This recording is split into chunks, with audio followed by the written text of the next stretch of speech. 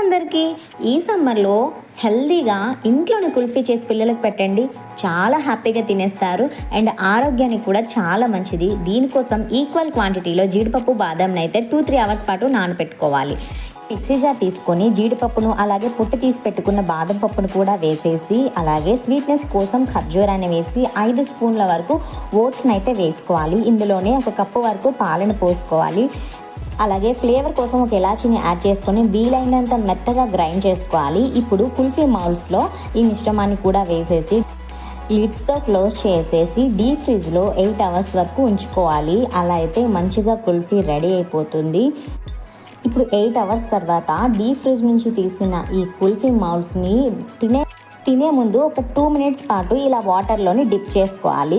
ఇలా చేయడం వల్ల కుల్ఫీ మౌల్ నుండి కుల్ఫీ సెపరేట్ అవుతుంది. అంతేనండి, ఎంతో tasty and healthy kulfi ready. Thank you for watching.